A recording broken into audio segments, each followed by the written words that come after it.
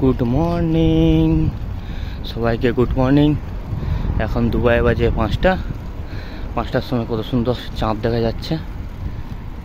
আমি যাচ্ছি ডিউটি, 5টা থেকে ডিউটি, 5টা থেকে 4টা অবধি বা 3টা অবধি ডিউটি। সকালবেলা আসার সময় দেখো কত সুন্দর চাঁদ দেখা যাচ্ছে। চাঁদ চাঁদ ছুপা বাদল মে, চাঁদ দেখা যাচ্ছে। চাঁদ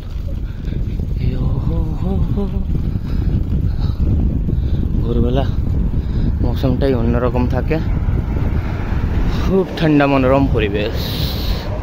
যেমন দেশের ফিলিং হয় অতটা পাবনি, তার থেকেও মোটামুটি ঠিকঠাক আছে সকালবেলা ওয়েদারটা।